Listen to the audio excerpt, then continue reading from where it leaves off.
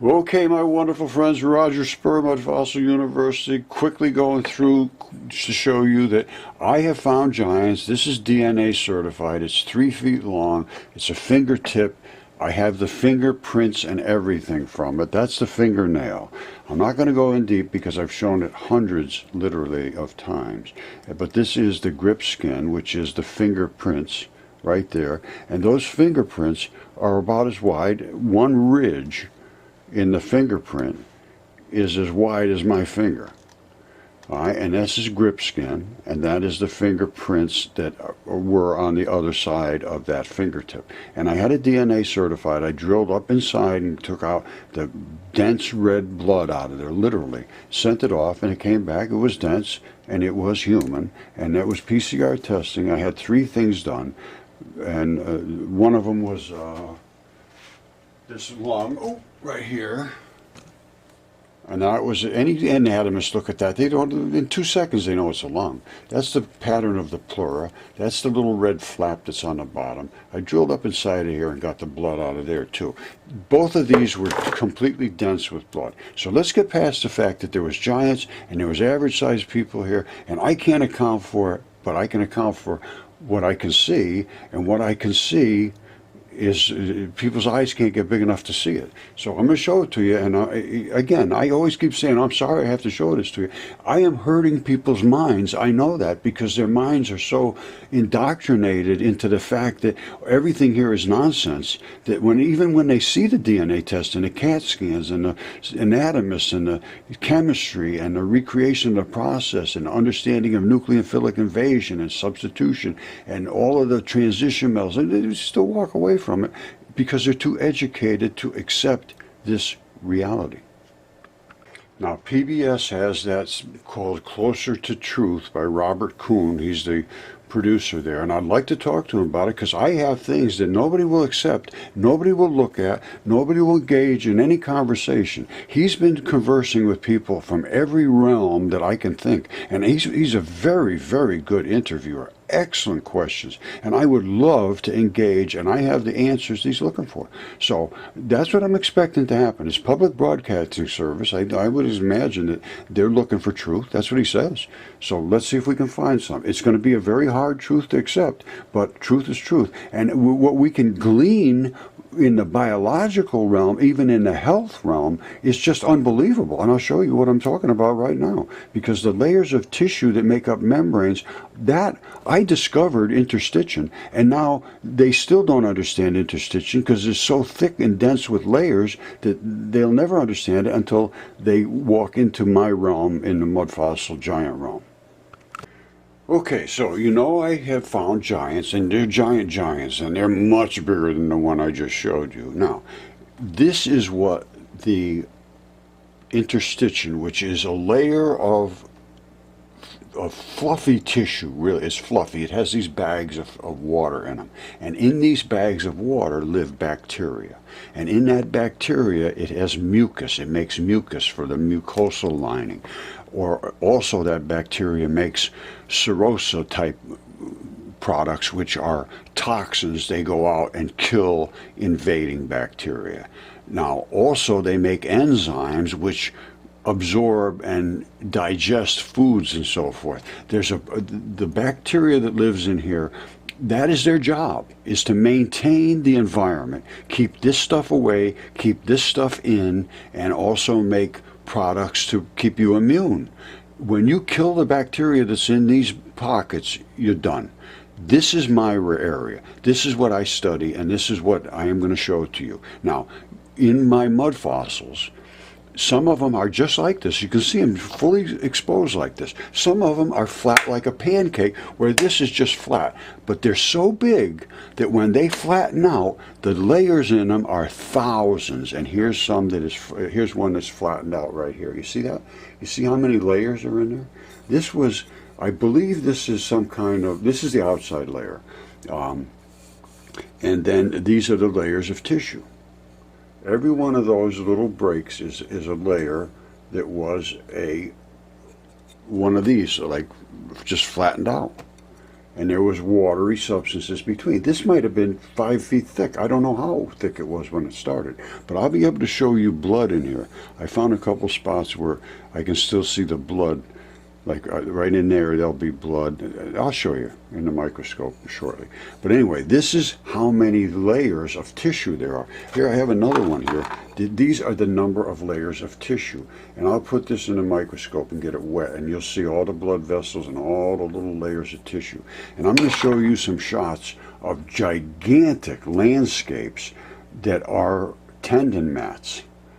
And you'll see the different colors, and different colors mean different transition metals. Different transition metals mean different chemistry. Different chemistry means different tissues. And they interweave and create such an excellent fabric that any one of those fabrics is damaged, which creates its own bacteria because it's membrane-bound bacteria. Any one of those fabrics gets damaged, and you are in what they call a pre-existing condition, where you're going to be invaded easily by COVID or whoever comes along that wants to break through because you don't have the mucus, or you don't have the toxins, or you don't have the enzymes, and they break into the vital tissue, and then you're in trouble.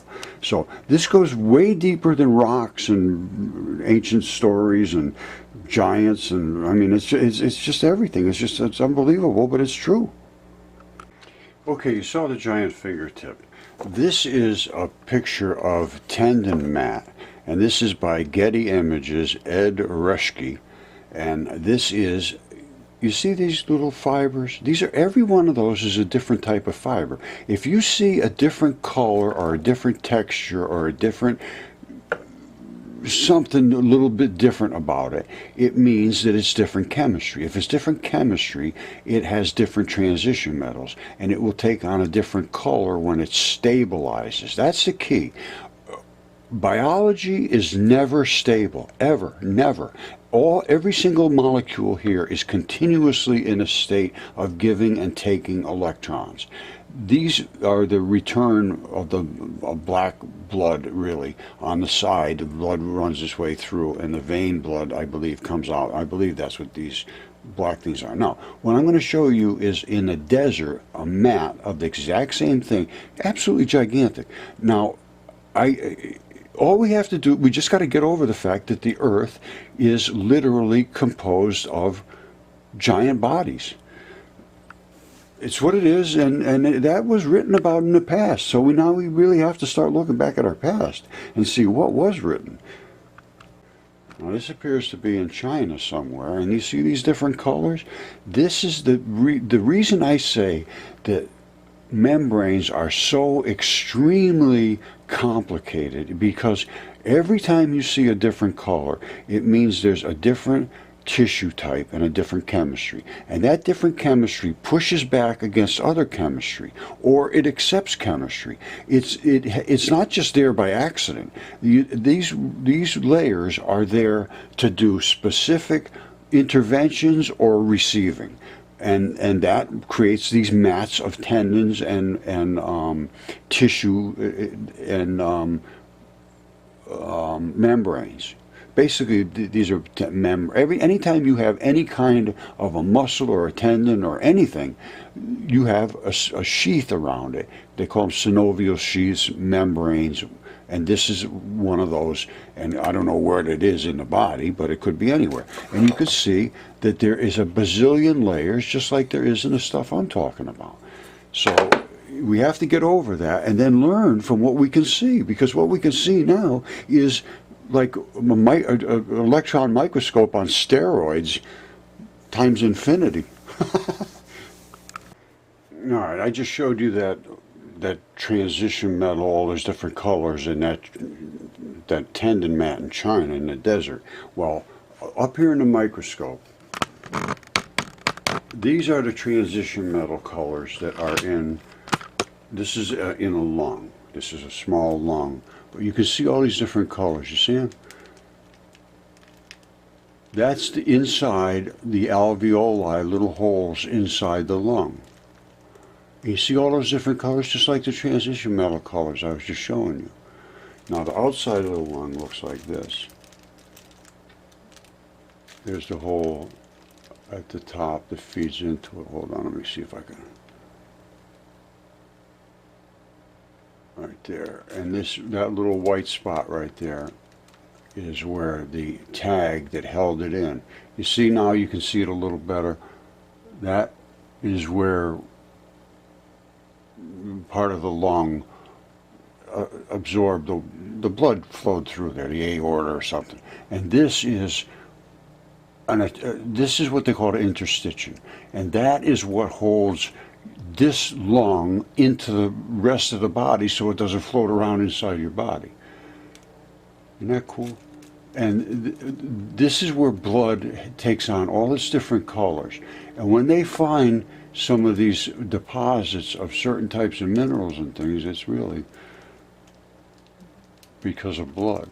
And it has to congeal and end up in just a certain way, in a certain place, in certain chemistry, in a certain pressures, in certain waters, and then it will turn into this kind of fabulous result.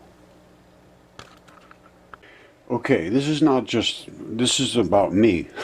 Now, I have arthritis. My back always bothers me. Now, all of this is tendinous material. Now, this is various states of what we might call undress. This is just below the skin, and then as we start to pull back some of the tendon and the muscle and so forth, we can see all the attachments. And then you get down into where it attaches to the bone and everything.